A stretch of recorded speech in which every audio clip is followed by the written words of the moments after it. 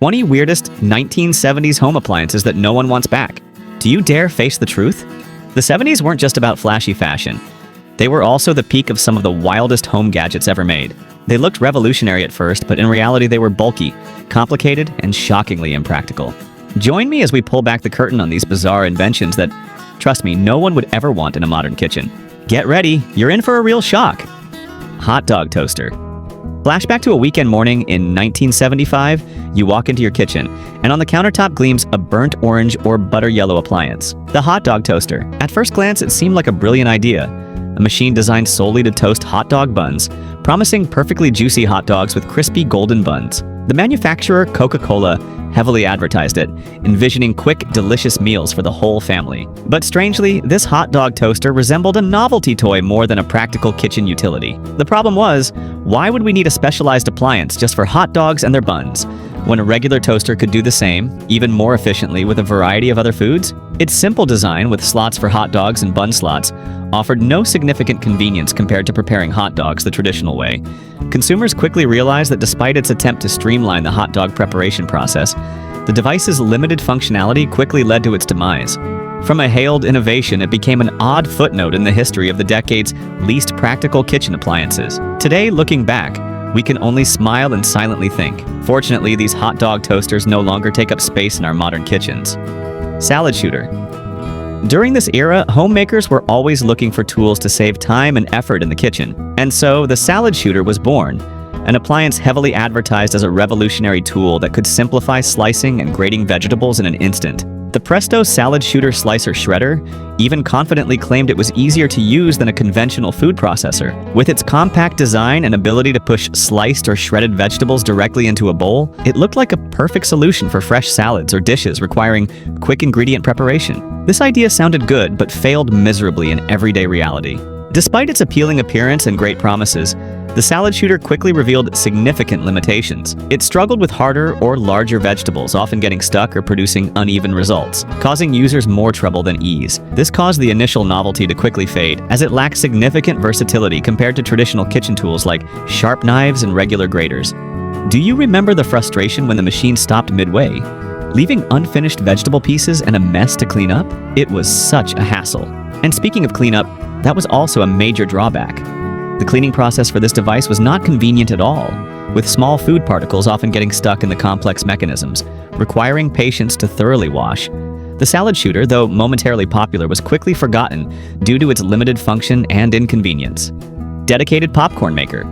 Popcorn, the crispy snack, was always an indispensable part of movie nights or family gatherings in the 1970s. Its popularity prompted manufacturers to create new ways to enjoy this treat, and so the dedicated popcorn maker was born, an appliance introduced to revolutionize home popcorn making.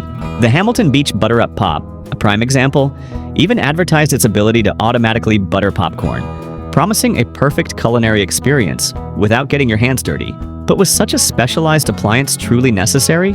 Although a novel idea, this machine was considered completely unnecessary. At the time, traditional stovetop or microwave popcorn methods were already very convenient and delicious. Users only needed a pot, a little oil and corn kernels, or simply a bag of microwave popcorn to get their favorite snack. Introducing a large, complex machine just to do something anyone could easily do themselves was likened to reinventing the wheel, but making it square. It complicated a simple pleasure, turning a familiar snack into a process that required a bulky appliance on the countertop. As a result, these dedicated popcorn makers did not gain a dominant position in households and were quickly relegated to storage, overshadowed by more reasonable options. Who would want a giant machine just for popcorn when you could use a pot? Vintage cherry pitter. Do you remember back in the day when you wanted to eat cherries but didn't want to be bothered by the pits? Instead of buying pre-pitted cherries as we do today, sweet-toothed enthusiasts of the past had to put in extra effort, and that's where the vintage cherry pitter came in handy. These tools, which have existed as a kitchen utility for centuries, are believed to have originated in the late 1800s. They were heavy, often elaborately decorated devices, designed to do the pitting work for the user. With a quick action, the tool would remove the pit from the cherry without damaging the fruit. The machine looked like a miniature engine, clamped tightly to the table, with a crank to feed cherries through the machine and separate the pits. This is strange for a task that today we can do manually with tongs or a compact gadget. While it excelled at fast pitting and was ideal for recipes requiring large quantities of cherries that didn't demand perfect fruit, such as making pies or jam, From a modern perspective, its bulk and complexity make us exclaim.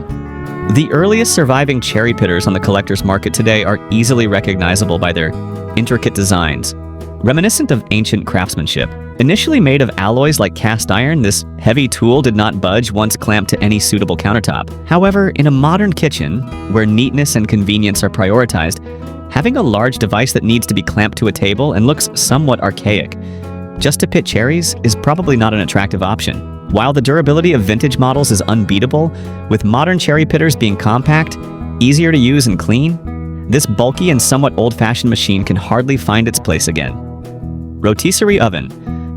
The idea of having a separate oven just for roasting meat sounds very luxurious and convenient, especially for parties or special occasions. With the desire to bring high-end culinary experiences right into homes, the rotisserie oven appeared as a novel appliance for cooking meat, promising juicy, flavorful roasts like restaurant-quality rotisserie. Showtime rotisserie ovens.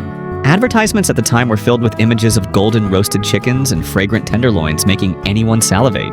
But one of the main reasons the rotisserie oven could not become widespread was its bulky size. It took up a lot of valuable kitchen space, which was impractical for most already small family kitchens. You had to find a clear spot on the counter or in a cabinet to store a huge machine just for use a few times a year. Although roasted meat is very appealing and delicious, it is clearly not an everyday meal. This significantly limited the rotisserie oven's use value. Furthermore, the novelty quickly wore off when users faced troublesome cleanup and maintenance. Complex parts, grease splatters during roasting, and thorough cleaning to completely remove residue was a tedious task, requiring a lot of time and effort. Ultimately, the rotisserie oven was considered one of the strangest home appliances of the 1970s, more suitable for special occasions or infrequent use rather than an essential kitchen item. What special occasions did your family usually use the rotisserie oven for? Do you have any tips for cleaning them thoroughly? Share your memories in the comments below. Electric pasta maker. At this time, international cuisine began to enter American households, and fresh pasta became a symbol of culinary sophistication and skill. Making pasta by hand, however, was a laborious task, requiring much time and effort for kneading. To solve this problem, the electric pasta maker was introduced, promising to reduce this heavy work. The Imperial restaurant machine, for example, was advertised as a professional pasta maker for restaurants and hotels, implying it could bring difficult technical process quality. Moreover, these machines also took up significant counter space in the kitchen, a major problem for kitchens with limited area. Can you imagine a huge machine sitting proudly on the counter, just to make pasta occasionally? What's even more noteworthy is that many pasta enthusiasts found that the texture and flavor of pasta made with electric machines were inferior to handmade or traditionally made pasta. Electronic convenience could not replace the finesse of skilled hands and experience. For this reason, the electric pasta maker was one of the strangest home appliances of that era, and was not widely accepted. Vintage electric egg cooker. In the 1920s, as the electrification revolution gradually spread into every corner of life, a seemingly simple yet promising device emerged: the electric egg cooker. The idea behind it was great convenience. A compact appliance that could boil, poach, and scramble eggs, and depending on its size, it could boil up to 10 eggs at once without needing to watch the stove. Marshall Hanks, an inventor working for the French battery company, developed a device that used water to conduct electricity, patenting the first electric egg cooker. Later, Hankscraft Incorporated launched its egg cooker, featuring an automatic shutoff when the water boiled dry, with the amount of water in the machine determining the cooking time. Sounds smart and time-saving, right? From a modern perspective, these vintage electric egg cookers have a certain strangeness. Although Marshall Hanks improved upon the first egg cookers developed in the late 1800s, which were heated by alcohol lamps and far from efficient, his electric version still had many limitations. The device was specialized for a single purpose: boiling eggs. Meanwhile, boiling eggs in a simple pot on a gas or electric stove was too easy, not requiring a separate appliance. This made the electric egg cooker redundant in many kitchens. Some companies like Hotpoint and Sunbeam later improved the design with stainless steel materials, inserts for poaching eggs, and convenient measuring cups for water. And there was even Hankscraft's Fiesta line, decorated with colors inspired by Homer Laughlin China's Fiesta dinnerware, produced until the 1960s. But its specialized nature and reliance on water quantity to control cooking time could be inconvenient for unfamiliar users. General Electric Wall Refrigerator. Unlike traditional floor-standing refrigerators, this model was mounted directly onto the wall, offering a futuristic and streamlined design that reflected the trend of modernizing home appliances at the time. This was a breakthrough idea helping to free up valuable floor space in the kitchen, especially appealing for smaller homes and apartments. Refrigerators were often installed at eye level, making it easy to retrieve food without bending over. A significant convenience improvement, appreciated by vintage appliance collectors and mid-century home restorers. But for the vast majority of consumers today, the idea of a fixed wall-mounted refrigerator is no longer appealing. The installation was complex and fixed, not allowing for easy relocation or repositioning like modern freestanding refrigerators. This limited flexibility in kitchen design and layout. The capacity of these refrigerators was often much smaller than modern family refrigerators, failing to meet functional and aesthetic needs over the decades. By 1956, upgrading kitchen sinks with organized cabinets and drawers became incredibly popular. If you wanted to keep up with the latest interior design trends in 1956, you would certainly upgrade your kitchen sink. The old trough-style long-legged sinks were eliminated, replaced by neatly organized cabinets and drawers. Fondue pot. In the 70s, the fondue pot suddenly became the centerpiece of every dinner party and social event, offering a fun and unique communal dining experience. The original chocolate factory, a famous fondue brand, advertised it as an easy way to turn fruit or cake into a special dessert. It was a great idea, gathering together, dipping food into rich cheese or sweet chocolate, creating a cozy and bonding atmosphere. From classic Swiss cheese fondue to chocolate dessert fondue, the fondue pot represented a new culinary style, emphasizing interaction and shared enjoyment. Behind the glamour of parties, the fondue pot hid many drawbacks that prevented it from becoming an essential home appliance. The main disadvantage lay in its bulky design. A complete fondue set often included many parts such as the main pot, a stand with a small flame or electric heating element, and countless small skewers. All these parts took up a lot of valuable kitchen storage space, making it difficult to organize and store. You had to rummage through kitchen cabinets to find all the parts when you wanted to use fondue, and then struggle to put them away afterward. The fondue experience, while enjoyable, could also be very messy, requiring constant attention to avoid burning or spilling. Melting cheese or chocolate could easily splatter or burn if the temperature wasn't carefully controlled, and the cleanup process after the party could be tedious and frustrating. Speaking of fondue pots, do you immediately think of cozy gatherings or the post-party cleanup battle?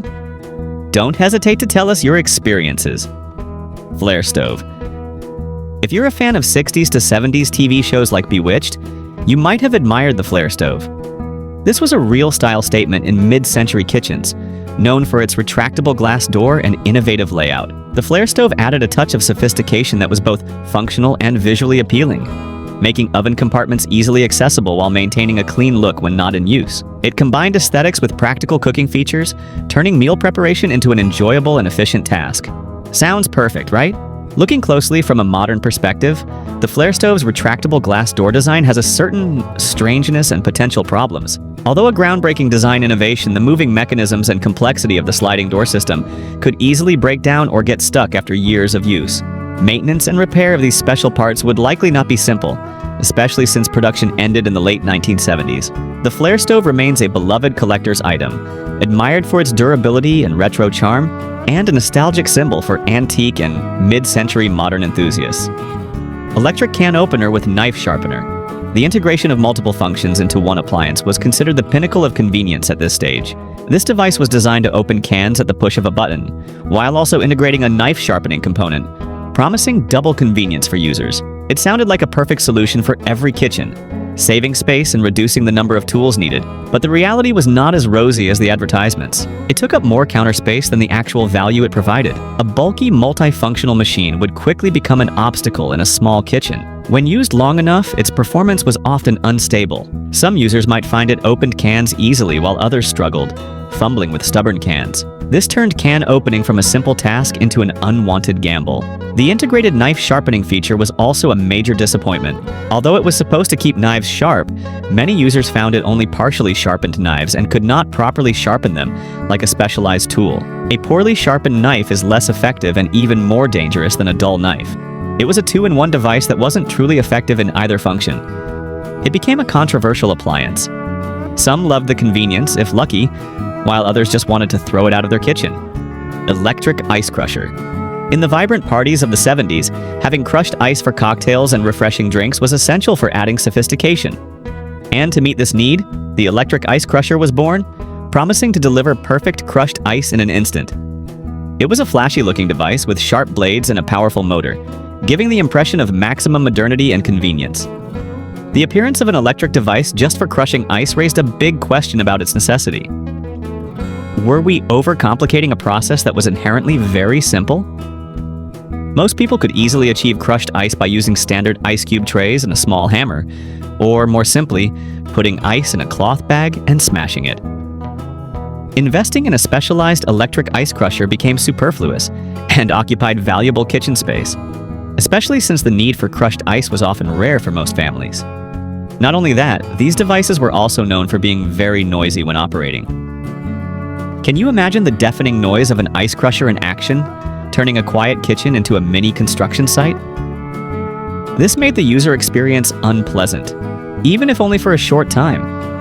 The electric ice crusher was just a fun novelty, but more of a luxury than a necessity. Therefore, they were more likely to be found gathering dust in someone's pantry than being used regularly. Sometimes simplicity is best. Do you know any other unique devices from the 70s that we haven't mentioned? Feel free to add them to the list. Presto Hot Dogger. Sometimes a beloved item doesn't mean everyone wants it back. Imagine an appliance that looked like a miniature spaceship, ready to take you on a quick culinary adventure. That was the Presto Hot Dogger, a strange but much-loved kitchen utility, launched in the 1970s. Unlike traditional boiling or grilling methods, the Hot Dogger used a unique cooking method. It used metal rods to conduct electricity directly through the hot dogs, heating them from the inside out in about 60 seconds. The Hot Dogger had a simple plastic base with 6 metal slots, each designed to hold a hot dog. When powered on, the device would transmit electricity through the hot dogs, cooking them quickly while maintaining a firm and juicy texture. This direct electric heating method was an unusual but effective way, making the Hot Dogger an interesting and convenient option for quick snacks. The clear plastic lid allowed users to watch the hot dogs cooking, adding an element of novelty. Many still remember the characteristic sizzling sound and a faint ozone smell emitted during operation, creating a nostalgic memory for those who grew up with it. Although loved by some, especially vintage appliance collectors and hot dog fans, the Hot Dogger was still a rather strange device. Its specialized purpose only to cook hot dogs made it unnecessary for most households. Why have a separate machine just to cook hot dogs when you can boil, grill, or fry them on the stove easily? Its unique space-age design and distinctive cooking method made it a true relic of 70s kitchen innovation, but also an appliance that the vast majority of modern consumers would never think of owning. Electric knife sharpener. Dull knives are always the bane of any chef, professional, or amateur. At this time, the electric knife sharpener was introduced as a modern solution to this problem, promising convenience and efficiency, keeping knives sharp without traditional sharpening skills. Advertisements for the Model 2100 confidently claimed its ability to quickly sharpen knives in an instant. It sounded like a miracle for those who didn't have time or didn't know how to sharpen knives manually. The promise of convenience and quick effectiveness quickly met with harsh reality. A major drawback of electric knife sharpeners is their inefficiency compared to traditional sharpening techniques. Many users found that while electric sharpeners could restore a certain level of sharpness, they often didn't achieve the razor sharpness obtained by manual sharpening. This imperfect sharpness could make cutting more difficult and even less safe. If not used frequently, they also took up a fair amount of valuable counter space due to their bulky design and were also difficult to store neatly. In a modern kitchen, every square inch is valuable, and a bulky appliance used only occasionally quickly becomes a burden. Some models were also known for being very noisy when operating, causing discomfort for users and those around them. People remembered them more for their novelty than for their practicality. Electric wok. Stir-fry dishes became popular in Western households in the 70s, bringing unique Asian culinary flavors. To make stir-frying easier and more convenient, the electric wok was introduced to the market. Kmart even advertised the West Bend 64 electric wok, promising delicious stir-fries without a traditional gas or electric stove. The idea of having a separate electric wok that could be plugged in and used anywhere sounded very appealing to those who wanted maximum convenience. But was an electric version truly necessary? One of the biggest complaints about electric woks was the lack of precise temperature control compared to traditional woks. While traditional woks are heated directly over a flame, allowing for precise and quick temperature adjustment, a crucial factor for stir-fries, electric woks relied on preset machine settings. This often led to uneven cooking, causing food to be overcooked or undercooked, losing its desired flavor and texture. Besides, these devices were also large and bulky, occupying valuable counter or storage space in the kitchen. With a non-detachable design, cleaning was also a major issue. Grease and food residue often clung to the electrical components, making them difficult to wash and thoroughly clean. The electric wok ultimately became one of those appliances that seemed like a good idea at the time but didn't actually deliver as expected. For most people, a traditional wok on the stove is still the best choice for a perfect stir-fry. Electric food dehydrator. At this very time, curiosity made us willing to try everything new, no matter how inconvenient. The idea of preserving food by drying became popular, seen as a healthy and natural method to extend the shelf life of fruits, vegetables, and meat. To make this task easier, electric food dehydrators were designed and widely promoted. Ronco, a famous brand at the time, even advertised its dehydrator and yogurt maker could do many things for under $15, which sounded like a great deal. The purpose was for users to make their own healthy dried snacks or preserve their harvest. Actual use of these devices, however, was a different story. They were often large, bulky, and truly a nuisance in the kitchen. Imagine a huge machine taking up all the counter space, humming for hours to dry a batch of fruit. The results were often inconsistent.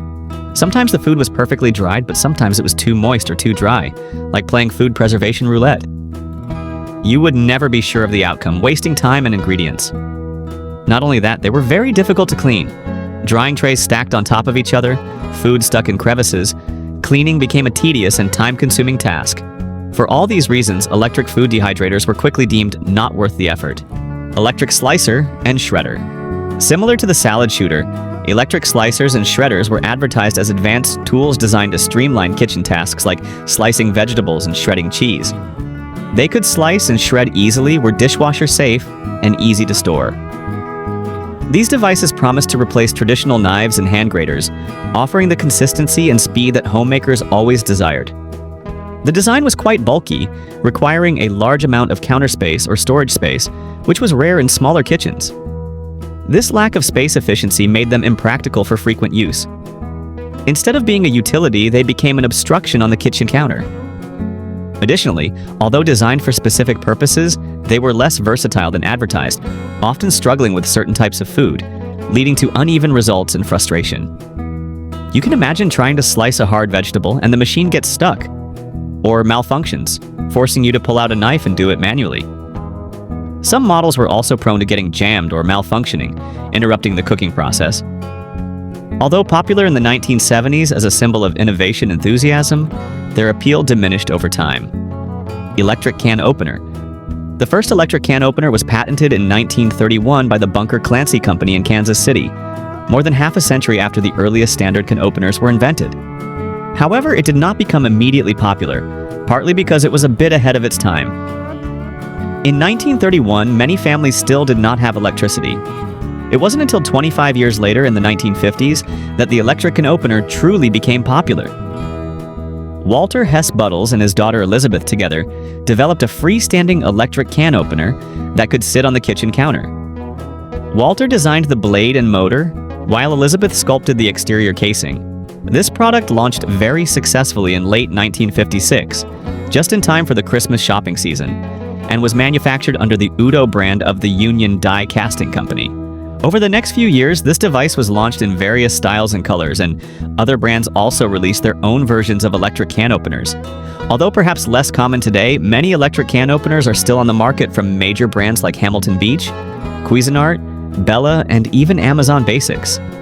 However, looking back at electric can opener versions from the 1970s, we can see some strange aspects that are no longer suitable for a modern kitchen.